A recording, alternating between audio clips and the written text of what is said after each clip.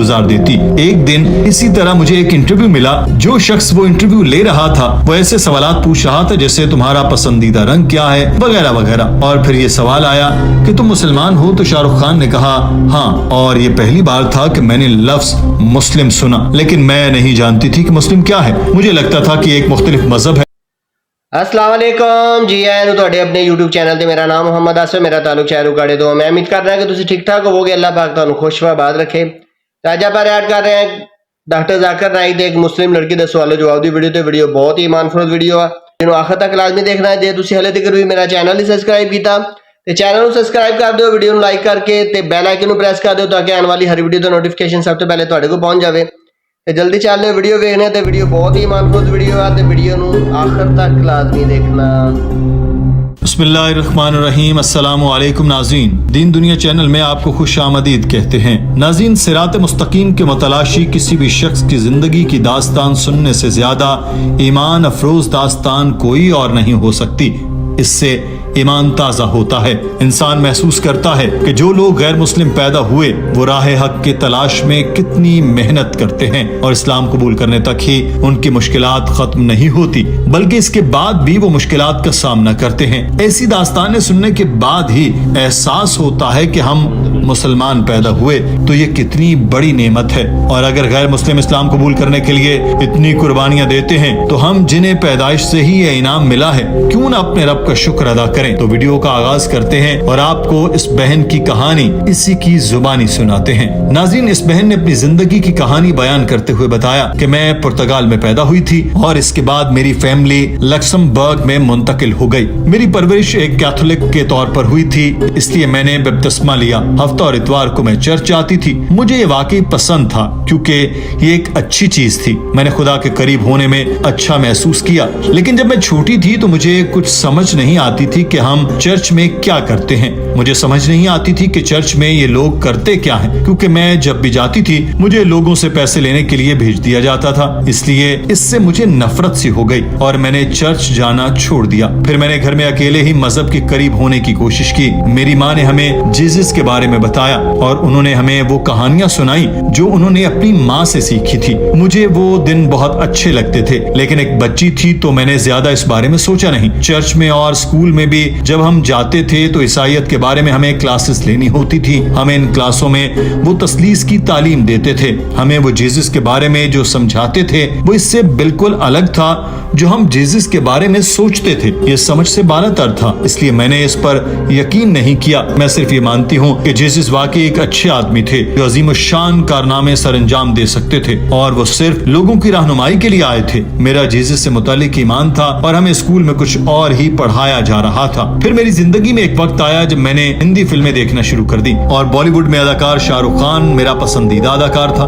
میں نے شاہ رخ خان کے بارے میں انٹرنیٹ پر سرچ کرنا شروع کیا۔ ہمیں اسکول میں 1 گھنٹہ ملتا تھا جب ہم انٹرنیٹ پر کچھ بھی سرچ کر سکتے تھے، تو میں شاہ رخ خان کے بارے میں سرچنگ کرنے میں سارا وقت گزار دیتی۔ ایک دن اسی طرح مجھے ایک انٹرویو ملا، جو شخص وہ انٹرویو لے رہا تھا وہ ایسے سوالات پوچھ رہا تھا جیسے تمہارا پسندیدہ رنگ کیا ہے وغیرہ وغیرہ، اور پھر یہ سوال آیا کہ تم مسلمان ہو، تو شاہ رخ خان نے کہا ہاں، اور یہ پہلی بار تھا کہ میں نے لفظ مسلم سنا، لیکن میں نہیں جانتی تھی کہ مسلم کیا ہے۔ مجھے لگتا تھا کہ ایک مختلف مذہب ہے، لیکن زیادہ اس سے متعلق کچھ پتا نہیں تھا کیونکہ میں بہت چھوٹی تھی تو میں زیادہ سمجھی نہیں۔ یہ پہلا موقع تھا جب میں اسلام سے متعلق کچھ معلومات لینے میں کامیاب ہو سکی۔ میں نے اس انٹرویو کے پرنٹ آؤٹ نکال کر اپنے کمرے کی دیوار پر لگا رکھے تھے، اور ان میں ایک صفحے پر یہ بھی لکھا تھا کہ شاہ رخ خان مسلمان ہے۔ It was a time in my life that I started watching Indian movies like Bollywood, and there was one famous movie star, Shah Rukh Khan, and I really loved that. Asking him questions like, what's your favorite color and blah blah blah, and it came like a question, are you a Muslim? So he answered, yes.